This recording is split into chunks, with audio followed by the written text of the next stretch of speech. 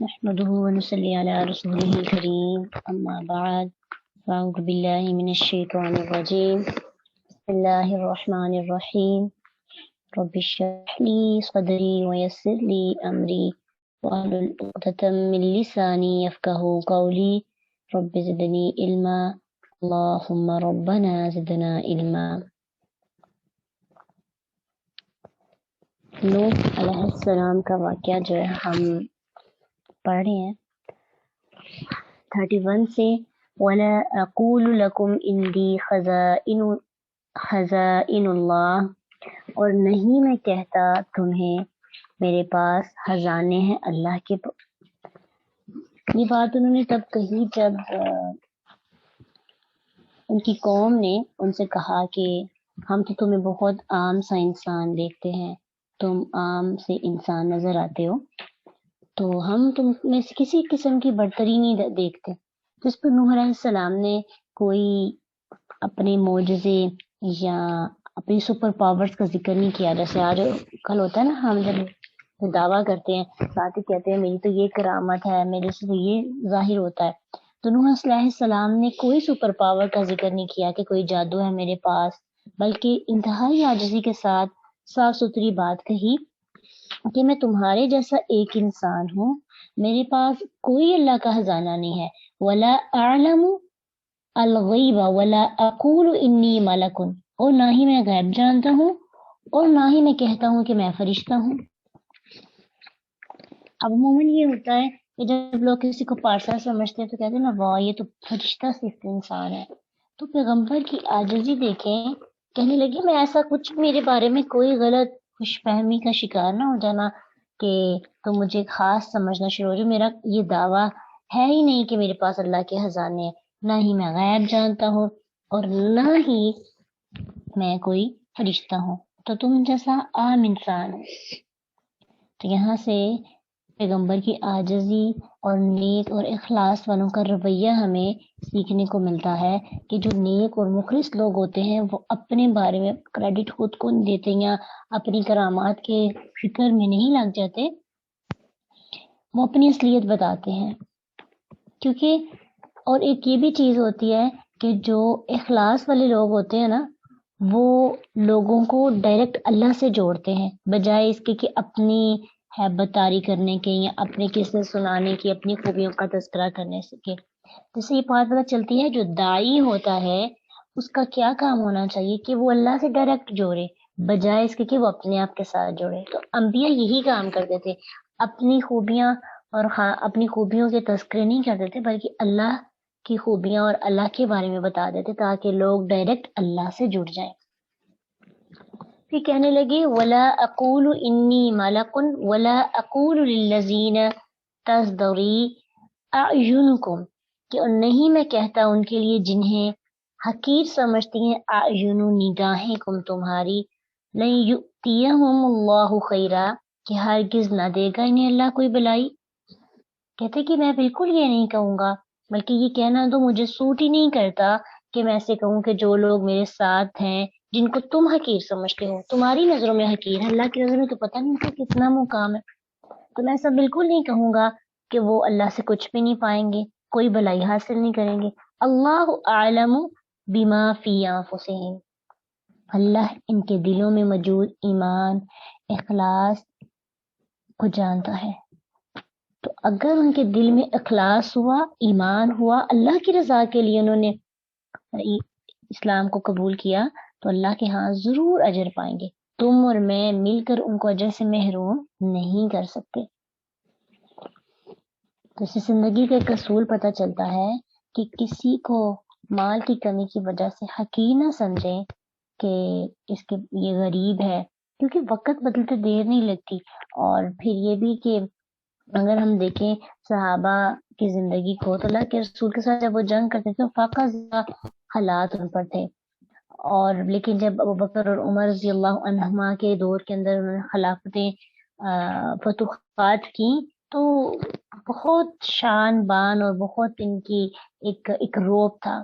تو اللہ سبحانہ تعالیٰ ایمان کی وجہ سے اگر انسان صبر کرے تو انسان کو بہت نوازتے ہیں. اس لیے کسی ججمنٹل نہیں ہونا چاہیے، کہ فلاں یہ ہے تو فلاں کے اندر یہ کمی ہے. انی اذن لمن الظالمین، کہنے لگے نوح علیہ السلام کہ اگر میں نے ان کے بارے میں یہ نظریہ قائم کر لیا تو میں کیا ہو جاؤں گا، ذلیل قرار دوں گا. یہ اشارہ ہے کہ تم ان کو رسوا سمجھتے ہو، تو لیکن اگر میں نے ایسے کام کیا کہ ان کو حقیر سمجھنا شروع کر دیا تو پھر میرے لیے ہی نقصان کا باعث ہوگا یہ.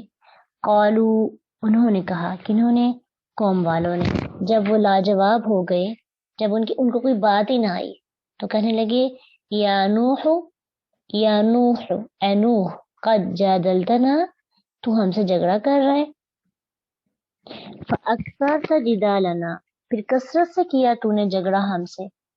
اب بجائے اس کے کہ وہ بات مانتے، جب کسی کو بات نہیں نہ آ رہی ہوتی تو پھر اگلا انسان کہتا تم میرے ساتھ بحث کیوں کر رہے ہو. اکثر آپ یہ دیکھیں گے کہ جہاں پہ سامنے والے کے پاس کوئی دلیل نہ ہو تو پھر بات اسی سے ختم کی جاتی ہے.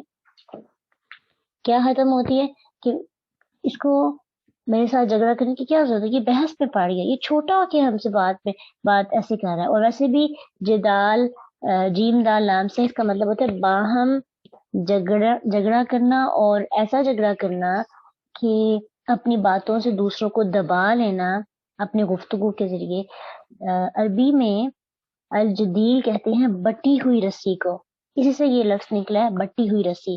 تو بٹی ہوئی رسی کیسی ہوتی ہے، جیسے ایک چٹیا بنی ہوئی ہوتی ہے نا، تو وہ آپس میں اچھے طریقے سے بٹی جاتی ہے، اس کا ایک حصہ کبھی اوپر کبھی نیچے.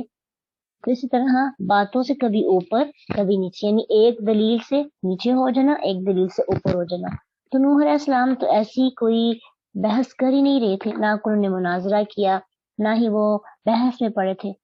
لیکن جو حق بات سننا نہیں چاہتے وہ عموماً اسی طرح کہتے ہیں کہ ہمارے ساتھ بحث نہ کرو. نوح علیہ السلام نے تو صاف ستھری سیدھی سیدھی باتیں کی تھی جو ہمارے سامنے ہیں، لیکن وہ کہہ رہے تھے کہ جی آپ بحث کر کے اپنے آپ کو منوانا چاہ رہے ہیں اور ہمیں دبانا چاہ رہے ہیں. اب جب ان کے پاس کوئی چارہ نہ رہا تو کہنے لگے فَأْتِنَا بِمَا تَعِدُنَا إِن كُنتَ مِنَ الصَّادِقِينَ، چلو جس کا تم وعدہ کرتے ہو نا وہ لے آؤ. اب جس کا تم ہمیں بار بار ڈراتے ہو دھمکاتے ہو، اب وہ لے ہی آؤ اگر تم سچوں میں سے ہو. یہ کہنا بڑا آسان ہوتا ہے، لیکن جب اللہ کا عذاب آ جاتا ہے تو پھر انسان کبھی بھی اس سے بچ نہیں سکتا. پھر کیا کہا نوح علیہ السلام نے، قولا، کہا انہوں نے، کس نے، نوح نے. یہاں پہ قولا واحد ہے نا تو قولو جمع تھا، تو یہ تھوڑا خیال رکھیں گے تو ہمیں سمجھ آتی رہے گی. انما یأتیکم بہ اللہ، کہ بے شک لائے گا تم پر اس کو اللہ، یہ میرا کام نہیں ہے. یہاں سے نوح علیہ السلام کی ایک اور صفت کی اور ایک عاجزی کی سمجھ آتی ہے کہ انہوں نے بالکل یہ نہیں کہا کہ اچھا ٹھیک ہے مجھے تم نے چیلنج کیا اور میں تمہیں دیکھ لیتا ہوں، بالکل بھی ایسا نہیں کہا. کہنے لگے کہ عذاب لانا میرا کام نہیں ہے. اپنی حیثیت واضح کی یہاں پہ. اور یہ دائی کا کام ہوتا ہے کہ وہ ہر سٹیپ پہ بندوں کو بتائے، ماننے والوں کو بتائے کہ دراصل ساری طاقت کس کی ہے. ہمارے دور کے اندر دائی اکثر مسٹیکس کر لیتے ہیں، کیونکہ دائی ہمیشہ ذہن میں رکھے کہ ہر قدم پہ جوڑنا اللہ کے ساتھ ہے، خود کو زیرو کر دینا ہے. خود میں کچھ نہیں ہوں، میری حیثیت یہ ہے کہ عذاب نہیں لا سکتا، بس میں اللہ کا ایک پیغمبر ہوں، پیغام پہنچانے والا، یہ میرا کام نہیں، یہ تو اللہ کا اختیار ہے. شاء وما انتم بمعجزین، اگر وہ چاہے گا تم پر تو عذاب ضرور لے آئے گا، اور جب وہ لے آئے گا تو تم عاجز کرنے والے نہیں ہوگے، تم عذاب کو نہیں روک سکو گے. فکر نہ کرو، پھر عذاب ٹلے گا نہیں، معاملات بگڑے ہوئے سدھر نہیں سکیں گے. تم ساری دنیا کو بھی اکٹھا کر لو گے نا، تم اس کی ایک لمحے کے لیے بھی اس سے نہیں روک سکیں گے. تو اس کائنات کا ذرہ ذرہ اللہ کی مرضی کے بغیر نہیں ہلتا، اس لیے تم اللہ کی مرضی کا انتظار کرو. پھر کیا ہوا، وَلَا يَنفَعُكُمْ، اور نہیں فائدہ دے گی تمہیں نصحی خیر خواہی میری، ان اگر اردت ان انصحا اگر میں چاہوں کہ میں خیر خواہی کروں، لکم تمہاری۔ اب واضح کر دی کہ میری حیثیت یہ ہے کہ اگر میں تمہیں ہدایت کی طرف بلانا بھی چاہوں لیکن میں تمہیں ہدایت نہیں دے سکتا۔ کیوں؟ کیونکہ جب تک اللہ نہیں چاہے گا۔ اِن کان اللہ یرید، اگر اللہ چاہتا ہے، یغویکم کہ وہ بٹکا دے تمہیں، ہوا ربکم وہ رب ہے تمہارا، وَإِلَيْهِ ترجعون اور اسی کی طرف تم لوٹائے جاؤ گے۔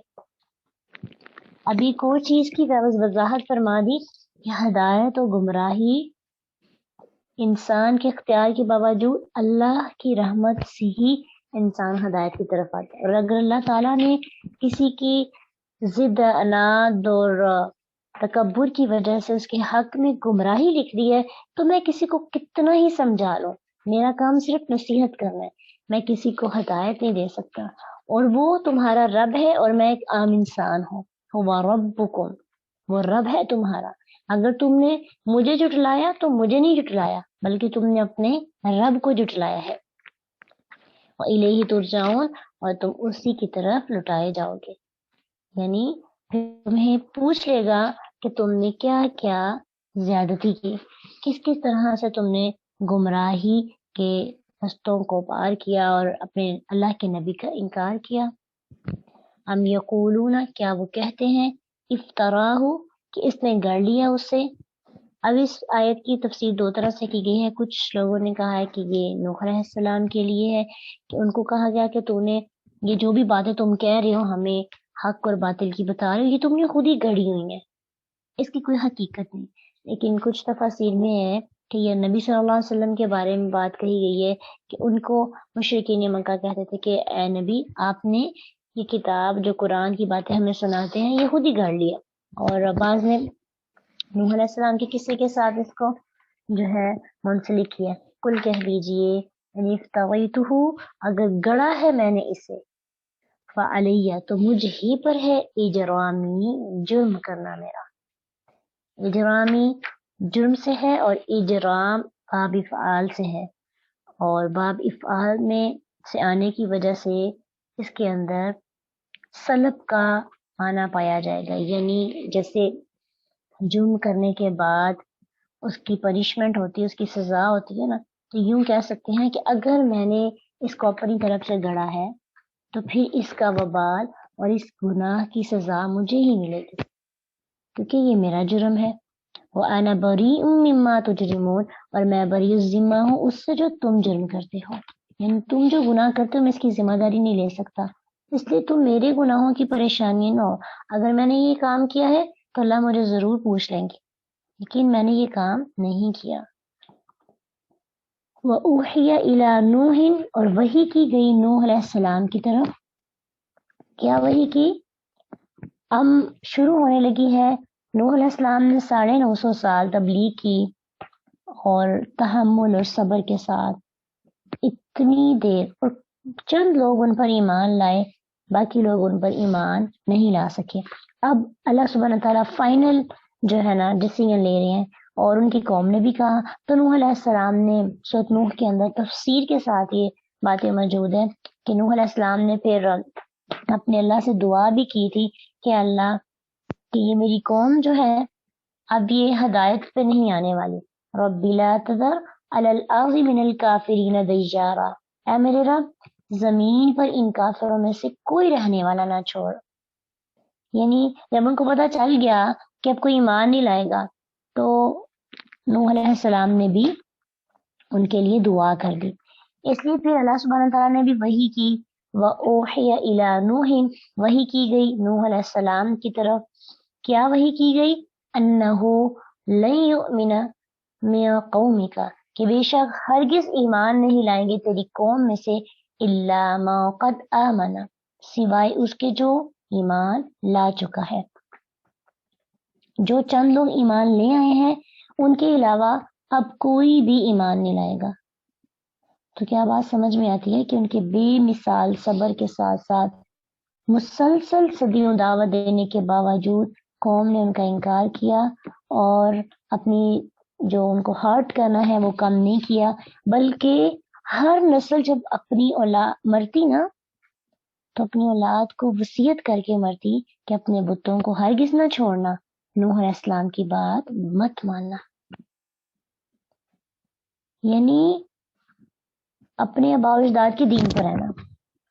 تو نوح علیہ السلام پھر بھی تبلیغ کرتے رہے، نہایت استقامت کے ساتھ دعوت دیتے رہے، لیکن اللہ تعالیٰ نے جب نوح علیہ السلام کو اطلاع دے دی کہ اب آئندہ آپ کی قوم میں سے کوئی بندہ ایمان نہیں لائے گا، تو پھر انہوں نے یہ بد دعا کی اپنی قوم کے لیے کہ اللہ انی مغلوب ہوں فانتصر، بے شک میں تو مغلوب ہوں تو خود ہی بدلہ لے ان سے، میں تو کچھ نہیں کر سکتا۔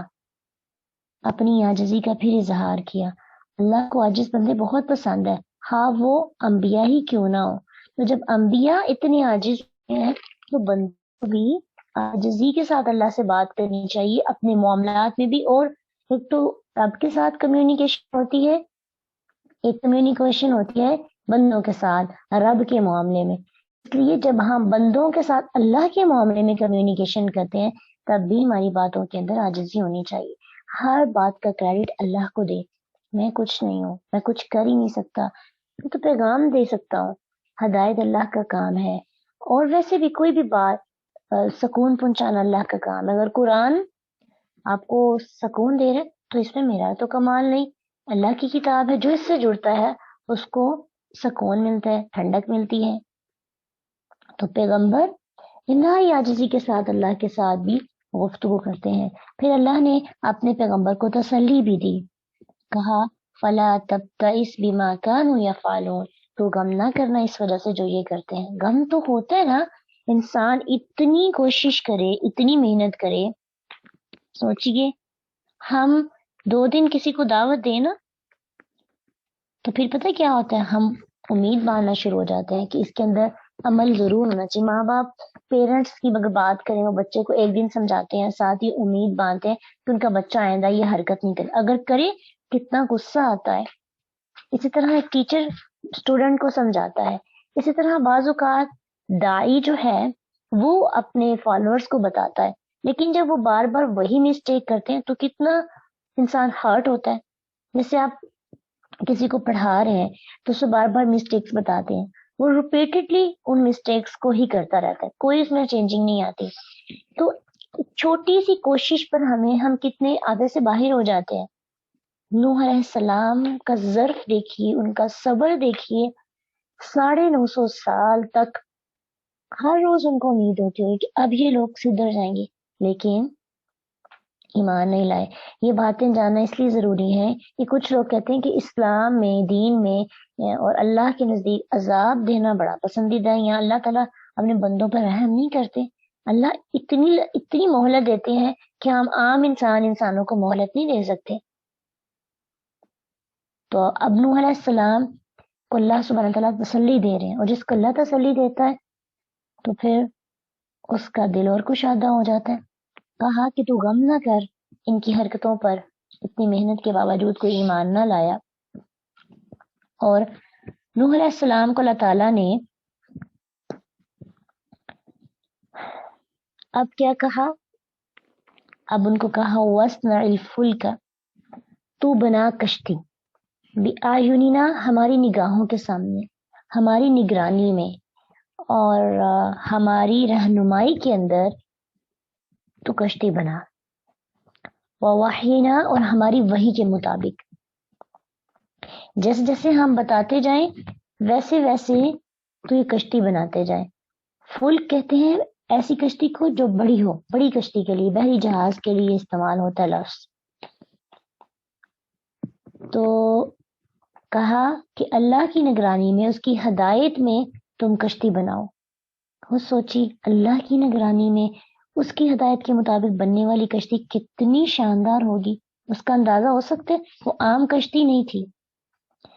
لوگ اس کی لمبائی چوڑائی بیان کرتے ہیں لیکن اس کی کوئی دلیل نہیں ہے، لیکن یہ ضرور ہے کہ وہ بہت بڑی کشتی تھی جو اللہ تعالیٰ کی رہنمائی میں نوح علیہ السلام کو بنانے کا کہا گیا۔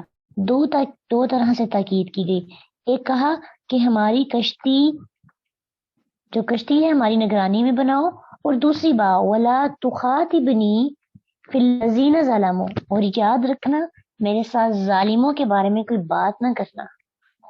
اب یہ تھا کہ نوح علیہ السلام نے خود ہی دعویٰ کی تھی نا اللہ سے کہ اللہ زمین پہ رہنے والا ایک کافر بھی باقی نہ رہے۔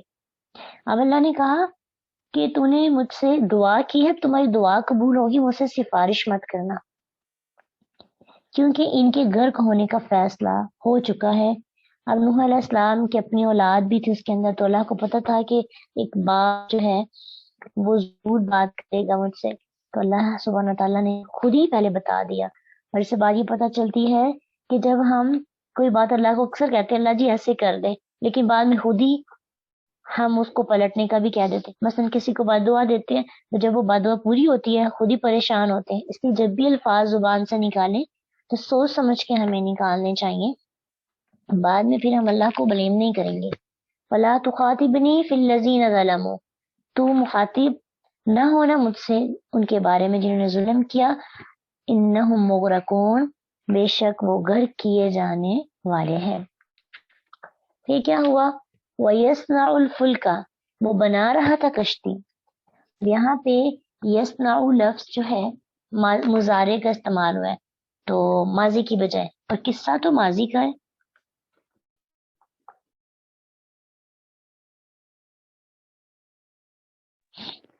اور یہ ایک قاعدہ ہے جو ہمیں یاد رکھنا چاہیے کہ جب ماضی کے واقعہ کو مضارع کے صیغے سے بیان کیا جائے تو اس کا مطلب ہوتا ہے کہ یہ اس کا مسلسل کئی دنوں تک ہونا ثابت ہوتا ہے۔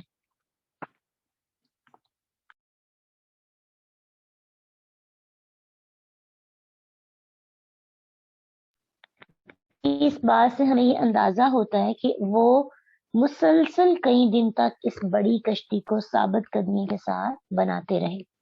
جیسے کانا مضارع کے شروع میں آ جائے تو ماضی استمراری ہو جاتا ہے نا، اس لیے ترجمہ کیا ہوگا؟ وہ کشتی کو بناتے رہے، تو وہ بناتا رہا کشتی۔ وہ کلما، اور جب کبھی مرہ گزرتے علیہ اس پر، مالا ان سردار میں قومی اس کی قوم میں سے، ساخرو وہ مذاق کرتے منہ اس سے۔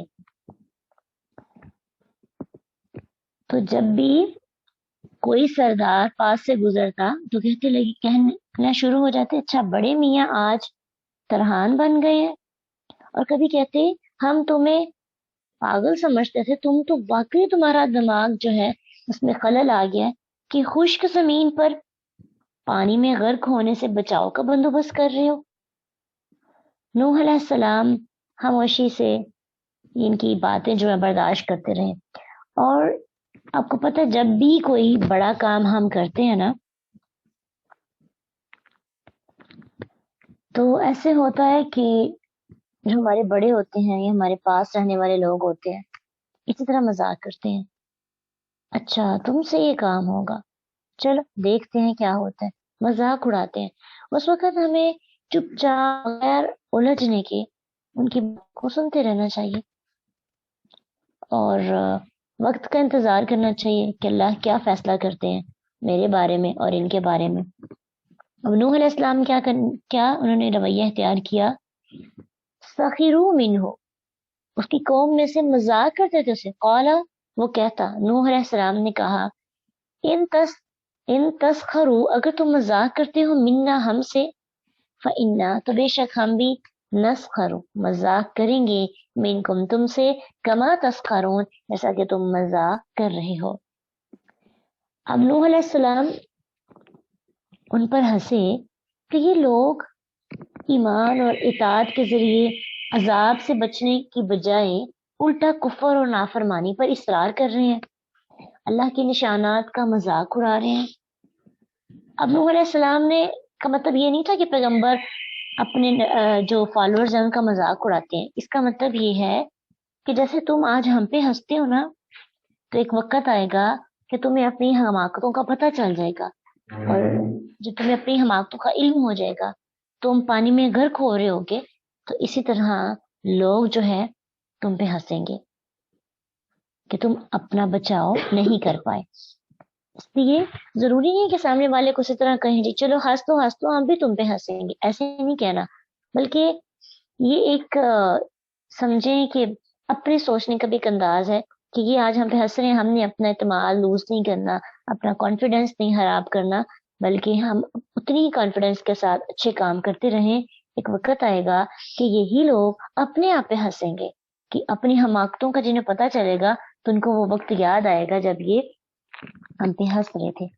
فَسَوْفَ تَعْلَمُونَ، بس تم جلد ہی جان لو گے، میں یَأْتِیہِ عَذَابٌ، کہ کون ہے جو آئے گا اس کے پاس عذاب، یعنی کس کو عذاب جو ہے رسوا کرے گا، کس کے اوپر عذاب اترے گا، عذاب مقیم، کون سا عذاب؟ دائمی والا عذاب، یعنی ہمیشہ جو رہنے والا عذاب ہے وہ۔ تو چیک کر لیتے ہیں کہ کون ہے جس پر عذاب آئے گا اور جسے رسوا کیا جائے گا۔ اب ہوتا یہ ہے کہ جب دنیا میں کوئی عذاب آتا ہے یا طوفان آتا ہے یا آنے کا خطرہ ہوتا ہے تو پہلے سے ہی جو لوگ ہیں تجزیہ نگار وہ بتا دیتے ہیں جی یہاں پہ جیسے لینڈ سلائڈنگ ہوتی ہے اور یہ کہیں پہ خطرہ ہوتا ہے کہ یہاں سے پتھر گریں گے یا پھر آگ کا خطرہ ہوتا ہے، تو وہاں پہ بڑی انسٹرکشنز دی جاتی ہیں کہ اس طرح سے کریں، یہ ہدایات لیں، اگر کوئی ایسا ہو گیا زلزلہ آ گیا تو آپ نے اس طرح سے نیچے چلے جانا ہے یا بھاگ جانا ہے، کتنی انسٹرکشنز دی جاتی ہیں، اور پھر انسان دھیان سے سنتا ہے، پراپر ٹریننگ لیتا ہے کہ بچنے کے لیے مجھے کیا کیا کرنا ہے، اور پھر نمبرز یاد کروائے جاتے ہیں، اگر کبھی ایسا خطرہ ہو اس نمبر پہ کال کریں اور کال کر کے فوراً سے مدد حاصل کریں۔ لیکن جب پیغمبر بتاتا نا کہ طوفان آنے والا ہے، عذاب آنے والا ہے، تو انسان دھیان سے نہیں سنتا، انسان اسے مذاق سمجھتا ہے اور سمجھتا ہے کہ شاید یہ اوپر اوپر کی باتیں ہیں، لیکن وہ ایسا عذاب ہوتا ہے کہ وہ کبھی نہ ہٹنے والا۔ دنیا کے اندر عذاب سے وہ مر جاتا ہے اور آخرت کے اندر ہمیشہ والا عذاب اس کا مقدر بن جاتا ہے۔ پھر کیا ہوا؟ پیغمبر کی دعا پوری ہوئی نوح علیہ السلام کی، حتیٰ یہاں تک کہ اذا جاء امرنا، حکم آ گیا ہمارا،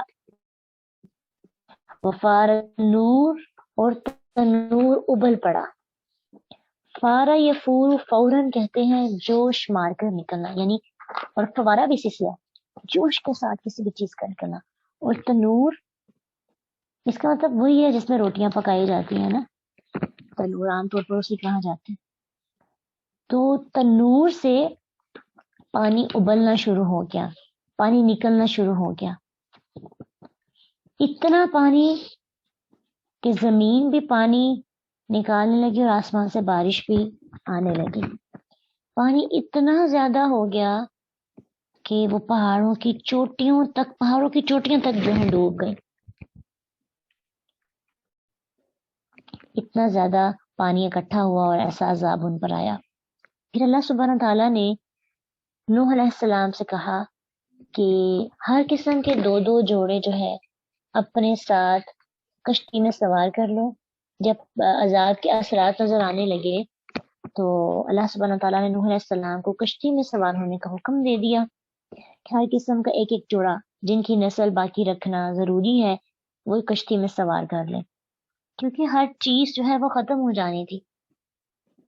نوح علیہ السلام نے ایسے ہی کیا، اپنے اہل و عیال کے ساتھ ساتھ جو ہے کشتی میں سوار کر لیے، اور کچھ ان کے یعنی سے ان کی بیوی اور پھر ان کا ایک بیٹا تھا، اس کے علاوہ انہوں نے اپنے جو گھر والے ہیں ان کو اپنے ساتھ کشتی میں سوار کیا۔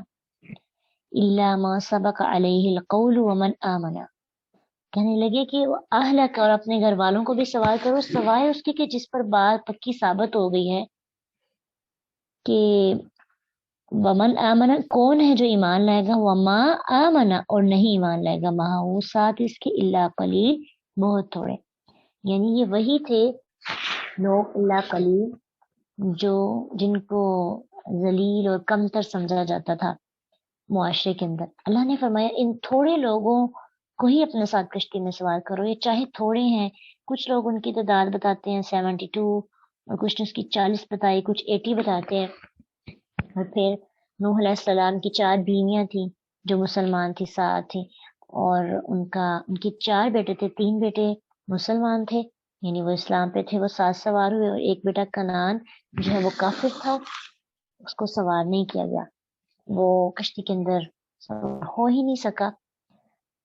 تو اتنے مختصر سے لوگوں کو لے کر نوح علیہ السلام کشتی میں سوار ہو گئے، اور پھر اللہ نے وقال ارکبو، اور انہوں نے کہا یعنی سوار ہو جاؤ فیہا، اس میں، بسم اللہ مجریہا و مرساہا، ساتھ اللہ کے نام کے چلنا ہے اس کا اور ٹھہرنا ہے اس کا۔ اب یہاں پہ ایک اور چیز ہمیں پتہ چلتی ہے کہ کشتی کتنی بڑی تھی، حالانکہ یہاں پہ نہیں لکھا ہوا اس آیت کے اندر، الفاظ جو ہیں وہ بتاتے ہیں۔ جیسے ایک تو فلک سے پتہ چلا کہ کشتی بڑی تھی، اور ایک یہاں سے ارقبو فیہا، اگر عام کشتی ہوتی نا تو لفظ استعمال ہونا تھا ارقبو علیہا، کشتی پر سوار ہو جاؤ۔ اب یہاں پہ فرمایا ارقبو فیہا، کشتی میں سوار ہو جاؤ، یعنی جیسے کمرے میں داخل ہو کر بیٹھا جاتا ہے نا، تو اسی طرح کشتی میں بھی کمرے تھے۔ جیسے پتہ چلتا ہے کشتی صرف تختے نہیں تھے جن کے اوپر وہ سوار ہوئے تھے، بلکہ اللہ کی نگرانی میں تیار ہونے والی کشتی بہترین کمروں، آرام دہ سیٹوں اور کئی منزلوں والی تھی جن پہ وہ سوار ہوئے۔ وقال ارقبوا فیہا، اور کہا اس نے سوار ہو جاؤ اس میں، اور ساتھ دعا بھی پڑھائی، بسم اللہ مجریہا و مرساہا، کہ ساتھ اللہ کے نام کے چلنا ہے۔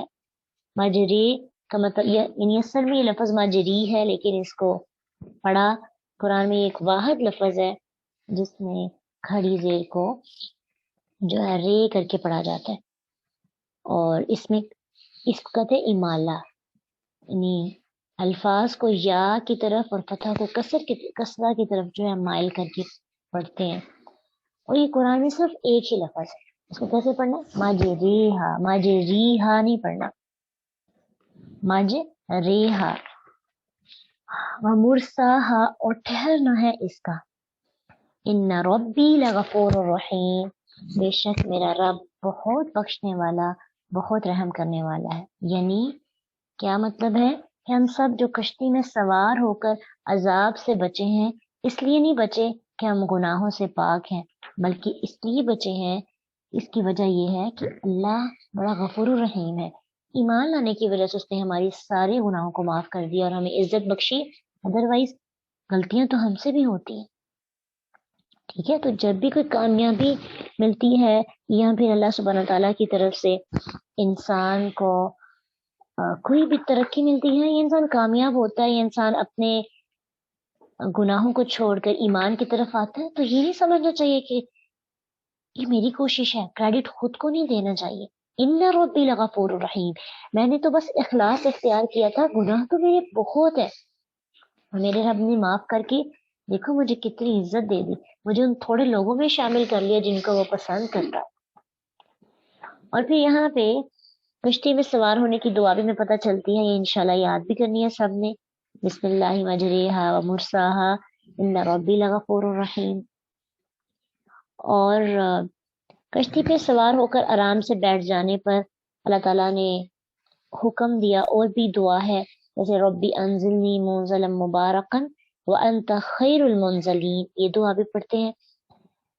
اور پھر کشتی ہو یا پھر کوئی اور سواری ہو، سورہ زخرف کے اندر ایک دعا سکھائی گئی، سبحان الذی سخر لنا ھذا وما كنا له مقرنین وانا الی ربنا لمنقلبون۔ سفر پہ ہم اکثر جاتے رہتے ہیں، اور بائک پہ سوار ہوں یا پھر کسی بس میں، کسی بھی گاڑی میں سفر کریں، تو یہ دعائیں جو اللہ کے رسول نے، اللہ سبحانہ تعالیٰ نے ہمیں سکھائی ہیں، اور اللہ کے نبی نے بھی پڑھتے رہے۔ صحیح مسلم میں ہے کہ اللہ کے رسول صلی اللہ علیہ وسلم اونٹ پر سوار ہو کر یہ دعا پڑھتے تھے۔ تو اس لیے انشاءاللہ یہ اسائنمنٹ ہے آپ کی، یہ دعائیں یاد کرنی ہے، اور انشاءاللہ آپ سے سنی جائیں گی، اس لیے جب آپ لیسن سنائیں گے نا سیٹرڈے کو، تو آپ یہ دعائیں بھی سنائیں گے، ایک ہی بسم اللہ مجریہا والی، اور سبحان الذی سخر لنا ھذا وما كنا له مقرنين وإنا إلى ربنا لمنقلبون.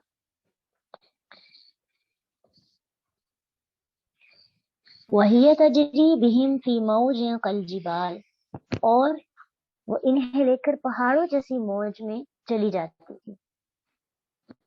یعنی اتنا طوفان آیا کہ وہ کشتی جو ہے جیسے جیسے موجیں لہریں چلتی جاتی، بڑی بڑی لہریں اٹھتی تھی نا، پہاڑوں تک پانی تھا. اب سوچے جب عام طوفان آتا ہے یا بارش آتی ہے تو پانی چلے اتنا ہوتا ہے کہ انسان ڈوب جائے، لیکن کبھی پہاڑ نہیں ڈوبے.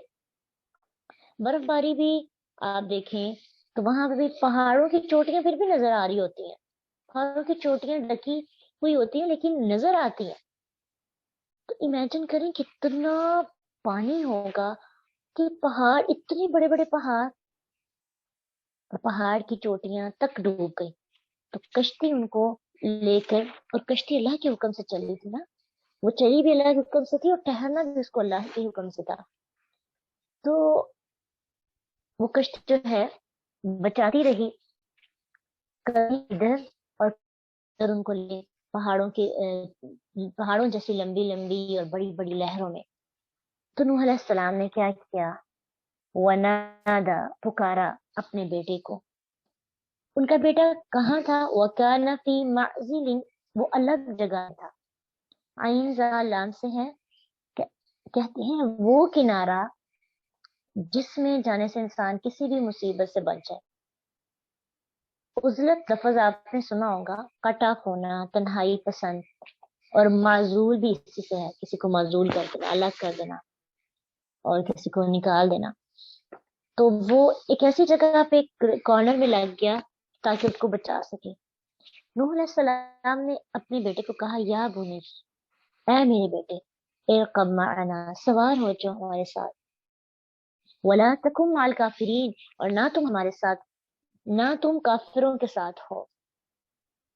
یعنی بہت شفقت اور پیار سے کہنے لگے میرے چھوٹے بیٹے، اے میرے پیارے بیٹے، کہہ کر کشتی میں سوار ہونے کی دعوت دی، اور پھر یہ سمجھایا کہ تم اپنی صحبت بدل دے. اسے یہ پتہ چلتا ہے ولا تکن مع الکافرین کہ اس بیٹے کی بربادی کا باعث کیا تھا؟ کافروں کی مجلس، ان کے ساتھ رہنا. اگر وہ نوح علیہ السلام کی صحبت میں رہتا، ان کی کمپنی میں رہتا، تو کفار کے ساتھ نہ ہوتا. بات کیا پتہ چلتی ہے کہ انسان اسی کے ساتھ ہوتا ہے جس کے ساتھ وہ اٹھتا بیٹھتا ہے. اور ایک بڑا پیارا شعر ہے، اس کی ٹرانسلیشن یوں کی گئی ہے کہ جو ہے نا، اصحاب کہف کا جو کتا ہے وہ جنت میں جائے گا. کیوں؟ کیونکہ وہ ایمان والوں کے ساتھ تھا. اور نوح علیہ السلام کا بیٹا جنت میں نہیں جائے گا، جہنم میں جائے گا. کہ وہ بات ہے کہ اخلاص چیک ہوتا ہے، ایمان چیک ہوتا ہے. کمپنی جیسی ہوتی ہے، انسان اپنی کمپنی کے مطابق اپنے اندر ویسی خوبیاں پیدا کرنا شروع کر دیتا ہے. تو نوح علیہ السلام کے بیٹے نے اپنی کمپنی بدل لی، اپنے باپ کو جوائن کرنے کی بجائے کفار کی مجلسوں میں جا کے بیٹھنا شروع ہو گیا. تو اس سے ہمیں ایک بات بڑی سمجھ میں آتی ہے، کمپنی بہت میٹر کرتی ہے. اس لیے بچوں کی کمپنی چیک کرتے رہنا چاہیے کہ آپ کے بچے کس کمپنی میں اٹھتے بیٹھتے ہیں، آپ کے بچے کس طرح کے دوست بنائے ہوئے ہیں، اور کیسے لوگوں سے وہ محبت کرتے ہیں. کیونکہ انسان جس سے محبت کرتا ہے اس جیسی ہی کوالٹیز اس کے اندر ہوتی ہیں. انسان اپنے دوستوں سے پہچانا جاتا ہے. اس لیے ہماری محبتیں، ہماری جو چاہتے ہیں وہ کیسے ہونی چاہیے؟ اہل ایمان کے ساتھ، تاکہ ہم جب اٹھے بیٹھیں تو ان کی خوبیاں ہمارے اندر آئیں. لیکن جب ہم محبتیں چاہتے ہیں ایسے لوگوں کے ساتھ رکھیں گے جو مومن نہیں ہیں، جو گنہگار ہیں، جو دنیا کی اعتبار سے دنیا کی رنگینیوں میں رہنے والے لوگ ہیں، جو اللہ اور رسول کی احکامات کی پاسداری نہیں کرتے، حدود کو پامال کرتے ہیں، تو پھر ہمارے اندر بھی، اور اگر بچے ایسے دوستوں کے ساتھ ہیں تو پھر ان کے اندر بھی ویسی ہی صحبت کا اثر نظر آنا شروع ہو جائے. لیکن ایک چیز یاد رکھیے، کچھ لوگ تو یہ بھی کہتے ہیں کہ اگر ان لوگوں کے ساتھ اٹھے بیٹھیں گے نہیں تو سمجھائیں گے کیسے. یہ تب ہوتا ہے جب آپ کا ایمان مضبوط، جب ایمان مضبوط ہو تو تب جو ہے ہمیں کیا چاہیے، پھر ان کے ساتھ اٹھے بیٹھ تاکہ ہم ان کے رنگ میں نہ رنگے، وہ ہمارے رنگ میں رنگ جائے. کیونکہ جب انسان کسی سے محبت کرتا ہے تو کسی ایک کو بدلنا پڑتا ہے. تو جس کا کردار مضبوط ہوتا ہے، یعنی اگر برے انسان کا کردار مضبوط ہے، وہ اپنی برائی میں پختہ ہے، تو پھر کیا ہوتا ہے کہ وہ اچھے کو بھی اپنی طرف کھینچ لیتا ہے. لیکن اگر اچھا مضبوط ہے، وہ برے میں ڈلنا نہیں چاہتا، تو پھر وہ اچھائی اس میں لانے کی کوشش کرتا ہے. لیکن ہمارے بچوں کا ایمان مضبوط نہیں ہے، اس لیے ان کی کمپنی اچھے دوست کے ساتھ ہونی چاہیے، کیونکہ دوستی چھڑوانا بہت مشکل ہوتا ہے. اس لیے بچپن سے ہی جیسے وہ بڑے ہوتے ہیں تو چیک کرتے رہنا چاہیے کہ ان کا اٹھنا بیٹھنا کن لوگوں کے ساتھ ہے. اور نوح علیہ السلام کا بیٹا اس وجہ سے ایمان نہ لا سکا اور اپنے باپ کے ساتھ کشتی میں سوار بھی نہ ہو. وہ کہنے لگا سآوی الی جبل، کہ میں پناہ لوں گا پہاڑ کی طرف. ہمیں عذاب نظر آ رہا ہے. کچھ لوگ ایسے ہوتے ہیں نا جو ایکسٹرا پر یقین رکھتے ہیں، ظاہر بلیو کرتے ہیں، ان کو لگتا ہے کہ وہ خود کریں گے، وہ مینیج کر. ان کو کسی کی مدد کی کہا جائے تو مدد لینا پسند نہیں کرتے، اللہ سے مدد مانگنا پسند نہیں کرتے، کریڈٹ خود کو جو دینا ہوتا ہے. تو بڑے مٹیریلسٹک لوگ ہوتے ہیں، ہر چیز جو ہے ان کو لگتا ہے کہ ہمارے مطابق ہو جائے گی. یاسمونی من الماء، وہ بچا لے مجھے پانی سے. قالا، کہا، لا عاصم اليوم، آج تمہیں کوئی بچانے والا نہیں، من امر اللہ، اللہ کے حکم سے. اللہ کا جو عذاب آیا ہے اس سے تمہیں کوئی نہیں بچا سکتا، الا من رحم، مگر جس پر اللہ رحم کرے. صرف یہ ایک صورت بچنے کی، اس کے علاوہ کوئی بھی تمہیں بچا نہیں سکتا. وہ بات کر رہے تھے نوح علیہ السلام اور ان کا بیٹا. کیا ہوا؟ ان کی کمیونیکیشن رک گئی. وحال بینہما، ان دونوں کے درمیان ایک موج حائل ہو گئی. وہ اپنے بیٹے سے گفتگو کر رہے تھے، گفتگو منقطع ہو گئی، کال کٹ گئی، رات کٹ گیا، موج حائل ہوئی.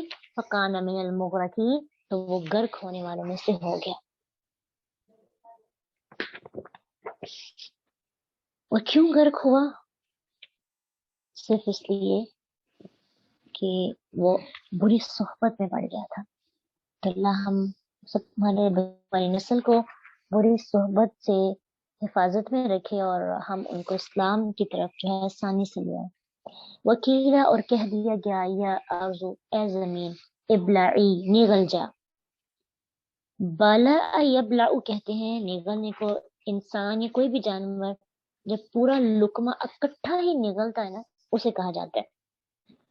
اور یہ لفظ یہاں پہ استعمال کرنے میں یہ حکمت ہے کہ زمین دفعہ نہیں نگلا بلکہ ایک دم اندر نگل لیا. جیسے ایک لقمہ اندر لے کے جایا جاتا ہے نا، ایسے ہی جٹ سے ماں کی نگل نہیں، اپنا فوراً سے اس نے اپنا نگل لیا.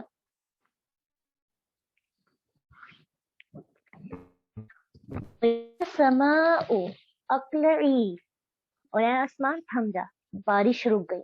وغیزہ، اور خشک کر دیا گیا. الماء پانی. اوزیل استوت، اور جا ٹھہری کشتی، علی جودی پر، پہاڑ پر. اور یہ عراق اور ترکی کے درمیان ایک علاقہ ہے، وہاں پہ یہ کشتی جو ہے رکی.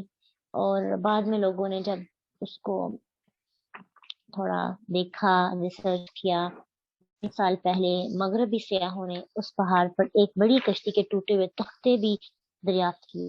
اب بظاہر بات یہی ہے کہ اتنے اونچے پہاڑ پر ہم یعنی عام کشتی تو نہیں لے کے جا سکتے، 3-4 منزلہ، ٹھیک ہے.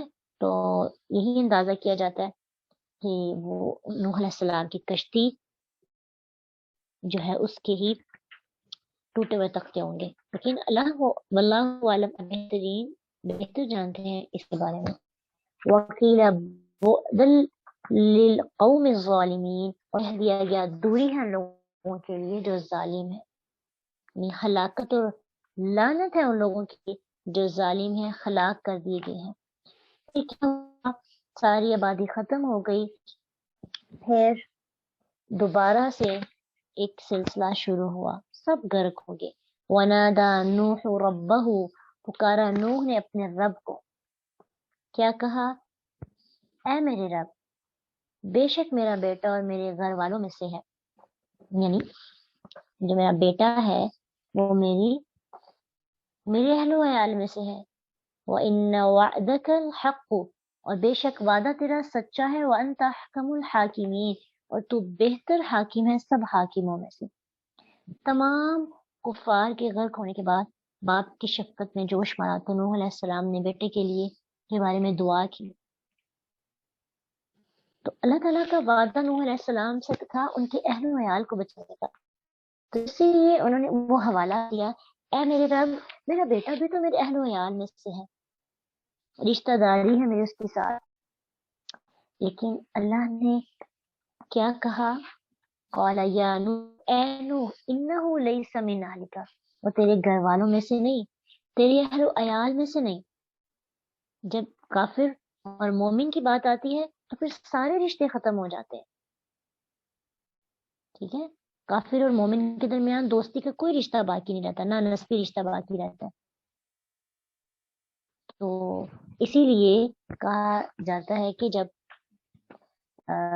شہری مسئلہ بھی ہے یہ کہ اگر کوئی بچہ مرتد ہو جاتا ہے، اسلام کو چھوڑ کر دوسرے دیان میں سے کسی دین کو چوز کر لیتا ہے، اسلام میں نہیں رہتا، تو وراثت میں اس کا کوئی حصہ نہیں، کیونکہ اس کا رشتہ ختم ہو جاتا ہے۔ یہ پتہ چلتا ہے کہ ایمان کا رشتہ نسبی رشتے سے زیادہ مضبوط ہوتا ہے، ٹھیک ہے؟ تب تک ہماری اولاد رہتی ہے جب تک وہ اسلام کے اندر ہے۔ جب وہ اسلام کو چھوڑ کر مرتد ہو جاتی ہے، اس کے تو سارے اعمال بھی ضائع ہو جاتے ہیں اور رشتے بھی ختم ہو جاتے ہیں۔ جیسے نوح علیہ السلام کو اللہ نے کہا انہو لیس من اہلک، یہ تیرے اہل و عیال میں سے نہیں ہے، انہو عمل، بے شک وہ ایک عمل ہے، غیر صالح، غیر صالح، یعنی وہ نیک نہیں ہے، اس کے عمل اچھے نہیں ہیں۔ فلا تسألنی ما لیس لک به علم، تو مجھ سے وہ سوال نہ کر جس کا تو علم نہیں۔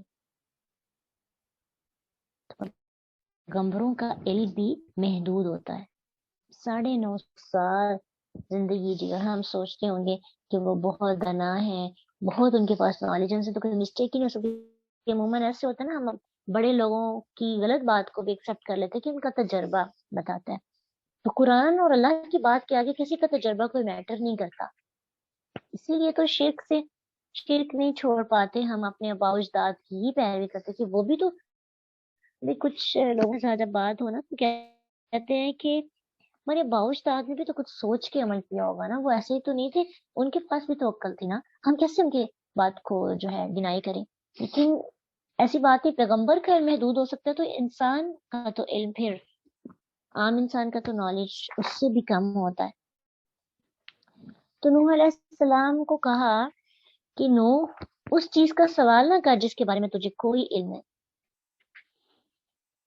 تو یہاں سے نا ایک بات ہمیں پتہ چلتی ہے، ایک قاعدہ، کہ انسان سوال بھی وہی کرے جس کے بارے میں پتہ ہو کہ جس سے پوچھا جا رہا ہے وہ اس سے ناراض تو نہیں ہوگا، ٹھیک ہے؟ انسان کو علم ہونا چاہیے کہ میرے یہ کوشچن سے اللہ کی ناراضگی تو نہیں آئے۔ السلام نے کہا تھا نا، اعوذ باللہ ان اکون من الجاہلین، کہ میں پناہ مانگتا ہوں کہ میں جاہلوں میں سے نہ ہو جاؤں۔ تو یہی بات نوح علیہ السلام کو اللہ تعالیٰ نے کہی، لا تسألنی ما لیس لک بہ علم، کے بارے میں تجھے کوئی علم اس کا سوال نہ کر، میں تمہیں نصیحت کرتا ہوں اس بات کی، تو جاہلوں میں سے نہ ہو جا۔ یعنی مطلب یہ، حقیقت کو جاننے کے بعد بھی اگر ایسا سوال کرو گے تو جاہل بن کے رہ جاؤ گے۔ پتہ ہے یہ بات اللہ کو پسند نہیں ہے، بار بار وہی بات اللہ سے پوچھنا اور اللہ سے کہنا اور اسی کی اور ضد کرنا،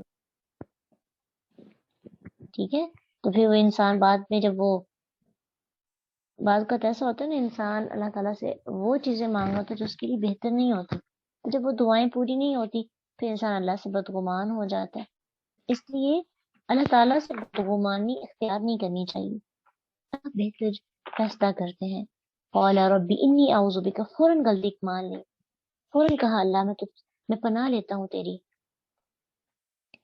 ان اسألک ما لیس لی بہ علم، جس کے بارے میں مجھے سوال نہیں، اللہ میں تجھ سے اس کا میرے پاس کوئی علم نہیں، میں اس کا تجھ سے سوال نہیں کروں گا، بالکل بھی نہیں کرتا. تو مجھے بخش دے، تو مجھ پہ رحم کر، اگر تو نے ایسا نہ کیا تو میں تو لوزرز میں شامل ہو جاؤں گا، مجھے معاف کر دے. پیغمبر کی عاجزی، فوراً غلطی مان لیتے ہیں، فوراً ایکسیپٹ کر لیتے ہیں کہ اللہ ہم سے غلطی ہوگی، ہمیں معاف کر دے.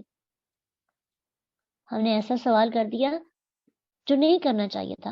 تو جو چیزیں ناممکن ہوتی ہیں نا اس کے بارے میں دعا بھی نہیں کی جا سکتی، دعا بھی نہیں کرنی چاہیے.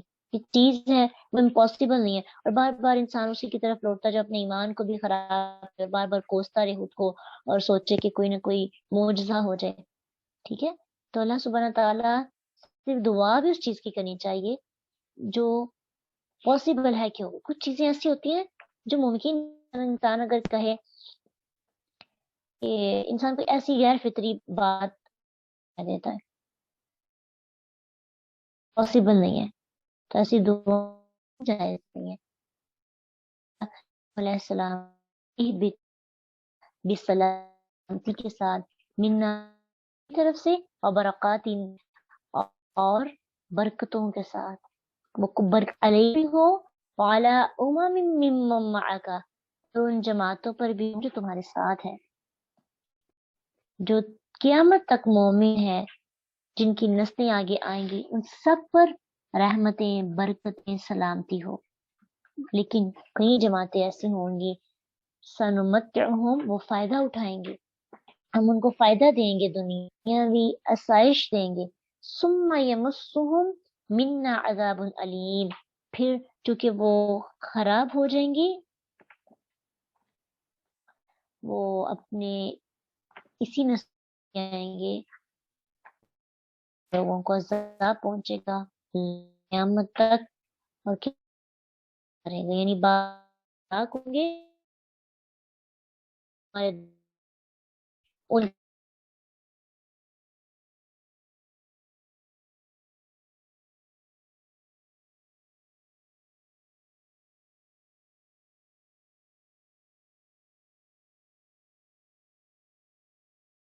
ان میں سے غیر جو ہم کی یاد کی طرف. ما کنت تعلمها، یہ اب اللہ کے رسول کو کہا جا رہا ہے، آپ نہیں جانتے تھے اس کے بارے میں، اور نہ ہی آپ کی قوم اس سے پہلے اس کے بارے میں جانتی تھی. بس آپ صبر کیجئے، بے شک انجام متقی لوگوں کے لیے، اچھا انجام کن کے لیے ہے؟ متقی لوگوں کے لیے. جس پائے سے پتہ چلتا ہے کہ اللہ کے نبی صلی اللہ علیہ وسلم شروع سے کچھ نہیں جانتے تھے، نہ آپ غیب دان تھے. اگر آپ غیب دان ہوتے تو وحی کی ضرورت نہ رہتی. آپ صلی اللہ علیہ وسلم کے بارے میں جو غلط عقیدے بنائے تھے، اس آیت سے صاف واضح ہو جائے نا کہ اللہ کے رسول، یہاں پہ کا جو لفظ استعمال کیا گیا ہے، ما کنت تعلمها انت، تم نہیں جانتے اس کے بارے میں اور نہ تیری قوم. ٹھیک ہے، پتہ کیا چلتا ہے کہ کوئی بھی نبی غیب نہیں جانتا. نوح علیہ السلام نے بھی یہی کہا قوم سے کہ میں غیب نہیں جانتا. اگر نوح علیہ السلام نے جانتے ہوتے تو کیا وہ اتنا پروسیس کرتے، اتنی محنت کرتے؟ 950 سال محنت کرنے کے بعد ان کو پتا ہوتا کہ میری قوم نے ایمان نہیں لانا. دعا بد دعا انہوں نے تب کی جب ان کو اللہ کی ایمان نہیں لائیں گے. تو انبیاء غیب نہیں جانتے، اللہ کے نبی صلی اللہ علیہ وسلم بھی غیب کی خبریں نہیں جانتے تھے، اتنی جانتے تھے جتنی اللہ آپ کو بتاتے تھے. فَاصْبِرْ إِنَّ الْعَاقِبَةَ لِلْمُتَّقِينَ. اب یہاں پہ اللہ کے رسول کو یہ بات سمجھائی جا رہی ہے، تسلی دی جا رہی ہے کہ جس طرح نوح علیہ السلام اور ان کے ساتھیوں کا انجام اچھا رہا اور مخالفین ہلاک ہو گئے، اسی طرح آپ کا انجام بھی دنیا آخرت میں اچھا رہے گا اور آپ کے مخالفین ذلیل و رسوا ہو کریں گے. آخرت میں بھی ان کو دوزخ کی آگ نصیب ہوگی. مسلمانوں کی تعداد کا کم ہونا یا پھر آہستہ آہستہ اسلام کی دعوت کا کامیاب ہونا اس بات کی دلیل نہیں ہے کہ دعوت ناکام ہو رہی ہے، بلکہ مسلسل صبر اور دعوت کے نتیجے میں ہی کامیابی حاصل ہوتی ہے۔ فصبر، صبر کیجیے، ہم سب کے لیے لاسٹ پہ ایک بہترین لیسن ہے۔ کیا؟ فصبر، صبر کیجیے۔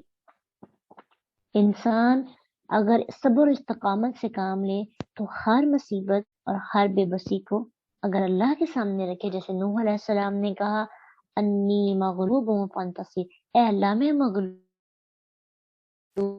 بدلہ نہیں لے سکتا، میں بہت تحقیر ہوں اللہ، یہ لوگ مجھ پہ ظلم کرتے ہیں، زیادتی کی، انہوں نے میرے ساتھ غلط کیا، میں کچھ نہیں کہہ سکتا ان کو، میری تکلیف اپنی جگہ موجود ہے۔ انی مغلوب فانتصر، اے اللہ میں مغلوب ہوں، تو خود ان سے بدلہ لے۔ اب دیکھیں نوح علیہ السلام نے اتنی محنت کی، چند لوگ ایمان لائے، تو لیکن پھر کیا ہوا، وہ چند لوگ بچ گئے اور باقی سب کا نام و نشان مٹ گیا اور پوری دنیا کے مالک نوح علیہ السلام بن گئے۔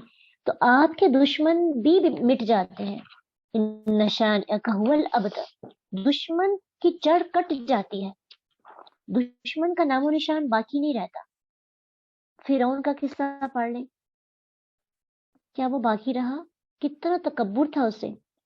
اللہ کے رسول کے دور کے جو لوگ نبی صلی اللہ علیہ وسلم کو ابو جہل یا ابو لہب جو ہے کیا نقصان پہنچاتے رہے، کس کس طرح سے تکبر تھا، لیکن باقی رہے بالکل بھی نہیں۔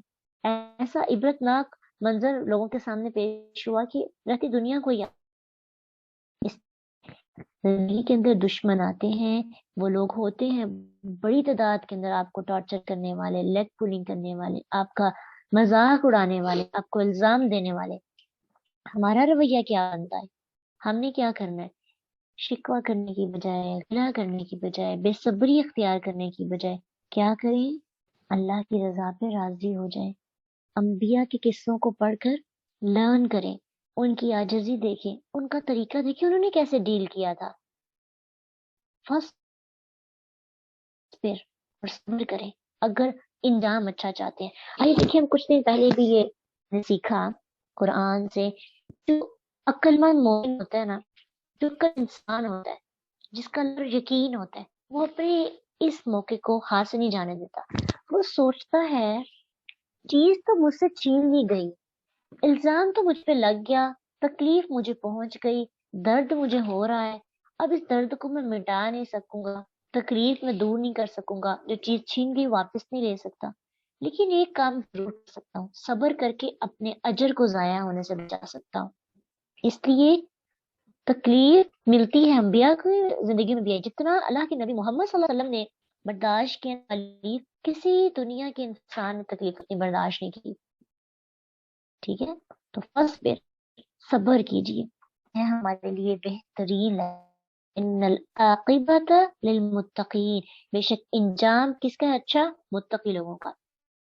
جس آیت کے اندر تلک من انباء الغیب سے ولا قوم کا من قبل ھذا تک اللہ کے نبی اور آپ کی امت پر احسان کا ذکر کیا گیا، پھر فصبر میں نصیحت کی گئی ہے، اور ان العاقبۃ للمتقین میں تسلی اور خوشخبری دی گئی ہے۔ اللہ ہم سب پہ راضی ہو جائے اور ہمیں ایسے واقعات اور ایسے قصے جو انبیاء کے ہیں ان کو سن کر، پڑھ کر تدبر کرنے اور ان سے لرن کرنے اور اپنی ہمت کو اور بڑھانے کے لیے توفیق عطا کرے۔ اور یہ پورا قصہ کمپلیٹ کرنا تھا، اس لیے اس کو آج الحمدللہ ہم نے مکمل کیا ہے، لیکن تدبر کم ہوا ہے، وہ آپ کی اسائنمنٹ ہے۔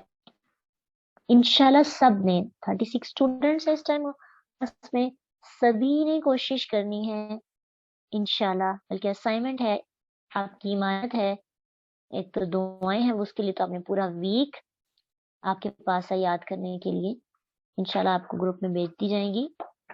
تو آج کی اسائنمنٹ یہ ہے، کیونکہ کل انشاءاللہ ہود علیہ السلام کا قصہ شروع ہوگا، بہت انٹرسٹنگ ہے وہ بھی،